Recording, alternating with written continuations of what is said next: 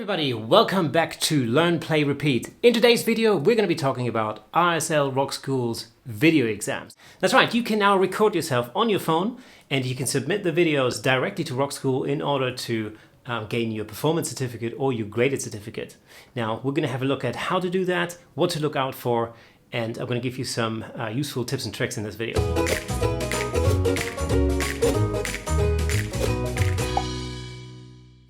Okay, to start with, we need something to record on.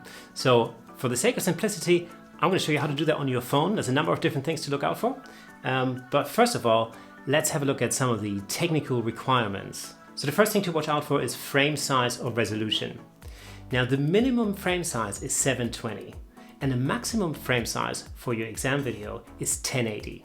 Now you might find that your phone records in 4K and of course you think, well, that's much higher resolution, so clearly that must be better.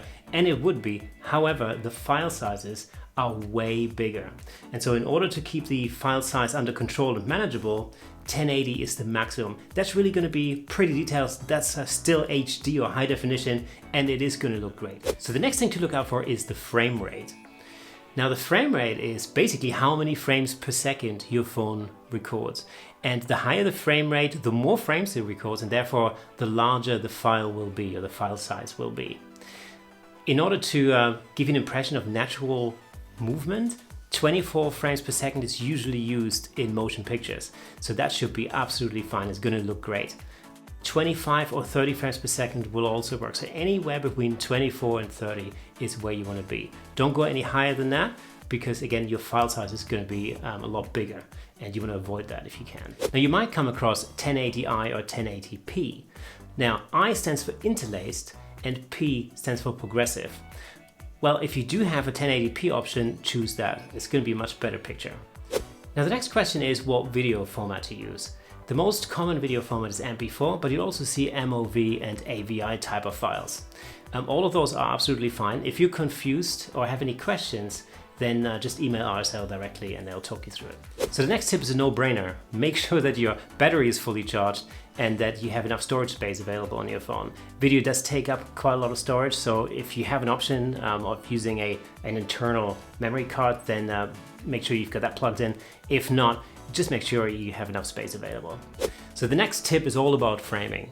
When you record yourself, make sure you've got both hands clearly visible in the video, and you also want to make sure that your face is in the shot, because otherwise it could be anybody playing, really. I mean, it could be my grandmother. How would they ever know? Next, we're going to be talking about setting up your camera. So when you film yourself, you want your camera to be stable. So ideally, you want to put it on a tripod. Or you could have somebody else hold the phone for you whilst you're playing, but realistically a tripod would probably be a better option. So in order to mount your phone onto a tripod, you need some kind of clamp or bracket. So here's a tip: if you have one of those, a selfie stick, you can use the bracket from the selfie stick to mount that onto a tripod, and that works really well. So you can see you can unscrew this here and then just put it on top of your tripod. Now that'll keep your camera nice and stable. Next, you want to have to think about where you record your video.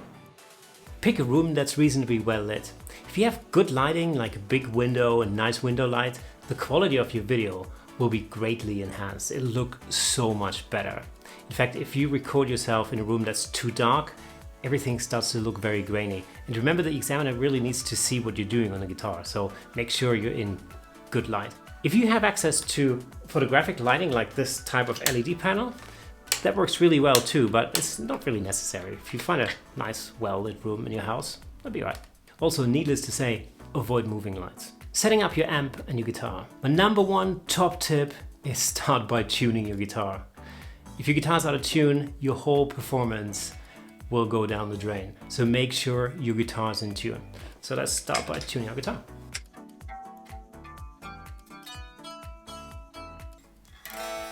Next, we need to adjust the volume on the guitar amp. Now I've got my backing track over here and my amp over there. I'm going to start by playing the backing track and then I'm going to adjust the volume of my amp until I feel that the balance between the amp and the backing track is just about right. 1, 2, 3, 4.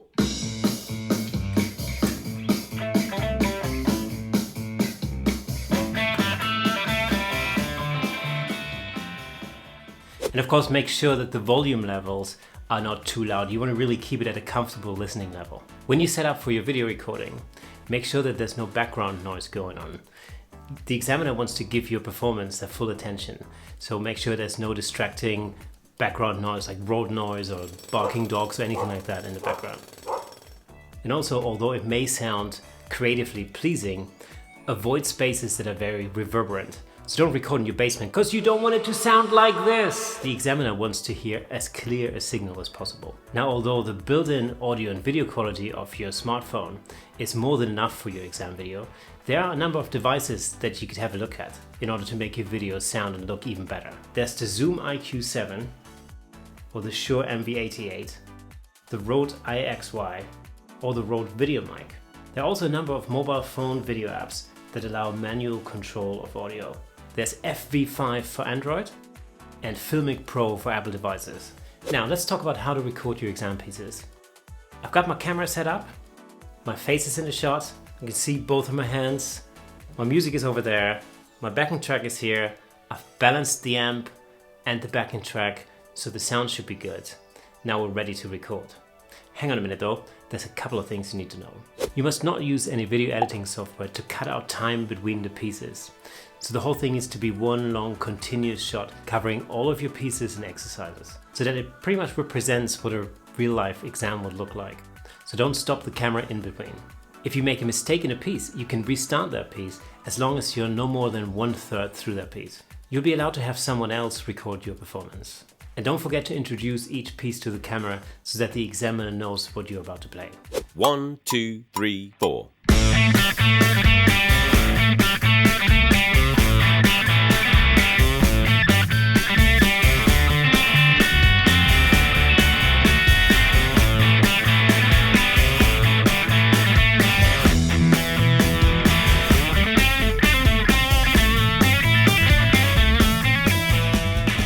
Once you're done, check your video carefully. Make sure you've introduced each piece to the camera, that the video and sound quality are reasonable, and that you've captured the whole exam in full. So in order to submit your exam, you want to read all the information about how to record your exam really carefully.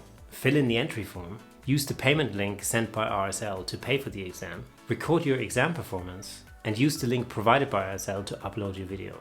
Now all you've got to do is wait. For any further advice, contact RSL directly on info@rslawards.com. Good luck!